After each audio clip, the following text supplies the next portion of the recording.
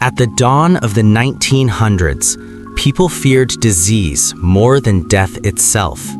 Into that fear stepped Dr. Linda Hazzard, promising miracles through fasting. She spoke with certainty, and people listened. She believed starvation was the cure to all illness, but belief can become obsession when no one questions it. Claire Williamson came seeking help. She trusted Linda completely, never knowing that trust would seal her fate. Food was taken away. Days turned into weeks. Claire's body began to fail, but Linda insisted it was healing. Any plea for food was met with anger. Hunger, Linda said, was the body screaming out sickness. Claire could barely stand. Her body was breaking, but Linda refused to stop. Samuel Hazzard watched in silence. He saw the suffering and did nothing. Control became cruelty. Healing became punishment. Starvation hollowed her body and her hope. Even as patients faded, Linda profited. Help never came. Linda chose belief over life. Claire Williamson died of starvation. Linda showed no remorse. Questions finally arose. Justice closed in. Her trial shocked the nation. She never admitted guilt. She was convicted. Even in prison, she believed she was right. She walked free, but her victims never did.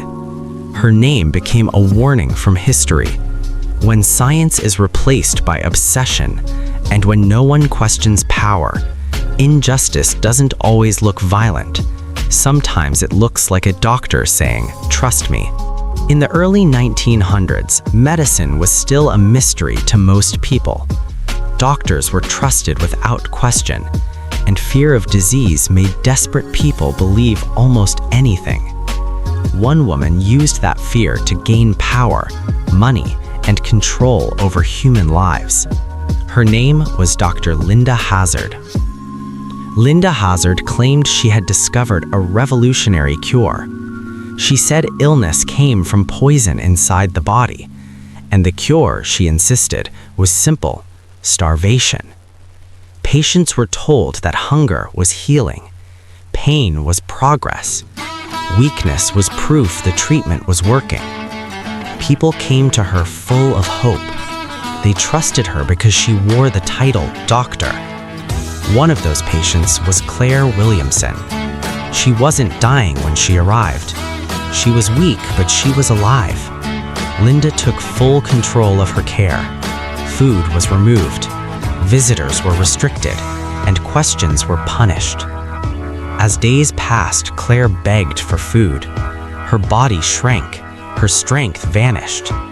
Linda didn't stop. She became angry when patients resisted. She believed completely in her method, or refused to admit she was wrong. While her patients starved, Linda collected fees. Even as bones showed through skin, she claimed the cure was working. Claire Williamson eventually could not stand, could not speak, could not survive. She didn't die from disease, she died from deliberate starvation. And she was not the only one. Suspicion finally spread. Authorities began asking questions, and Linda Hazzard was arrested. In court, evidence showed patients had been systematically starved. Families had been misled. Lives had been lost. Linda was convicted of manslaughter. Even after conviction, Linda never admitted guilt. She insisted she was right, that the world simply didn't understand her genius. She served only a few years before being released, free to walk away from the suffering she caused. Dr. Linda Hazzard didn't use a knife. She didn't use poison. She used belief, authority, and blind trust. Her story is a warning from history. When science is replaced by obsession, and when no one questions power, injustice doesn't always look violent. Sometimes it looks like a doctor saying, "Trust me." In the early 1900s, in the quiet town of Olalla, Washington, a woman claimed she could cure any illness without medicine, without surgery, and without mercy. Her name was Dr. Linda Hazzard. Hazzard believed in a radical and dangerous idea that starvation was the ultimate cure. She told her patients that food was poison and only by extreme fasting could the body heal itself. Desperate, sick, and trusting, people placed their lives in her hands. At her sanatorium, patients were fed almost nothing, sometimes just thin broth or tomato juice. Day after day, their bodies weakened. Their bones showed through their skin. Yet Linda Hazzard insisted the pain was a sign of healing. One of her most famous victims was Claire Williamson, a wealthy British woman. Under Hazzard's care, Claire wasted away, losing more than half her body weight. She became too weak to walk, too weak to speak. Then she died. By the time authorities investigated, it was too late for many. At least a dozen patients had died, all under the same treatment. Even worse, Hazzard often convinced patients to sign over their money and property before their deaths. In 1912, Linda Hazzard was arrested and charged with manslaughter. The court exposed her lies, her cruelty, and the bodies left behind by her false science.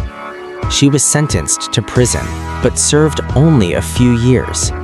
Shockingly, after her release, she returned to practicing fasting treatments until fate turned against her. In 1938, Linda Hazzard died the same way her victims did, starved to death. A chilling end to a woman who believed hunger was healing and left a legacy of suffering, silence, and stolen lives.